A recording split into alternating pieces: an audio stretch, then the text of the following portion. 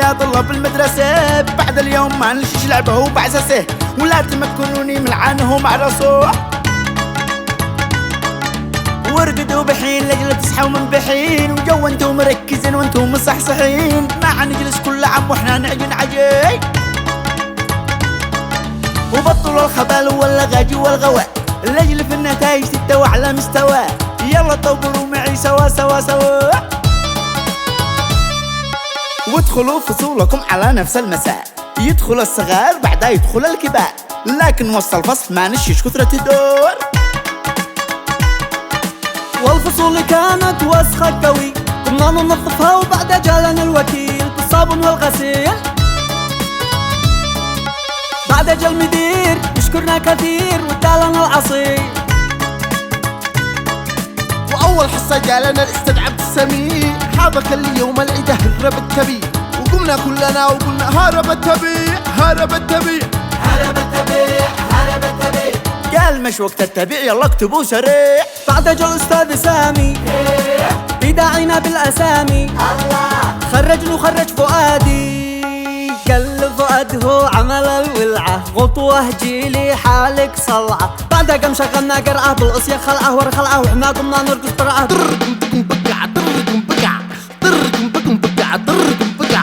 بعدها جا الأستاذ علي بيغني بلي بلي بلي، وقام يضحك عبد الولي وقال بلي بلي بل بل بلي بلي بل بل بلي بلي. جا الأستاذ صالح واصل فارح جاي مازح، واللي سارح واللي ضابح لا جا خلى الكل فارح والكل سعيد. وعديت الأيام انتهي اللي كانت أحلى أيام، ذكرياتي مش منسية كانت حلوة يا سلام. خلصنا الإعدادية والنتائج مية مية، وطلعنا للثانوية بالزي الجديد.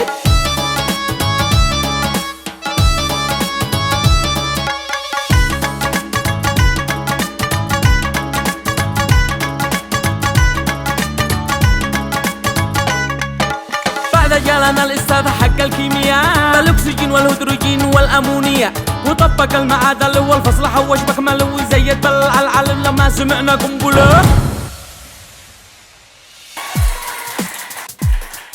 وبعدها دخلنا الأستاذ عبد السلام، وهو مقرقع فوق ظهر آدم يا عظام، كان الشي يفكفقه واحنا قلنا حرام، ارحم الميت ولو مات قبل 1000 عام. افهموا وركزوا وبطلوا كلام. وجاء الأستاذ الإنجليزي قال لي وقف يا كريزي، ايش اسمك بالإنجليزي؟ فؤاد قالت يا عزيزي. يي يي يي. دخل الأستاذ عبد الواحد يسأل كم واحد في واحد، قام يجاوب أغبى واحد، قال احنا لن كم أي حين عد بهم وي حين عد اهتم، بس خلاص اجلس ليش بتجي تدرس؟ جالس بتبعسس يا ولدي مالك العلم بقالك، حد اسأل خالك يا كم قد جالك، وانت ولا في بالك مالك وانت اسكت سكته، ليش كم 6 في 6 مدري كيف يا ابني مدري، كلش بتجي تقري لا تفلج صدري، اوح يا قهري قهري.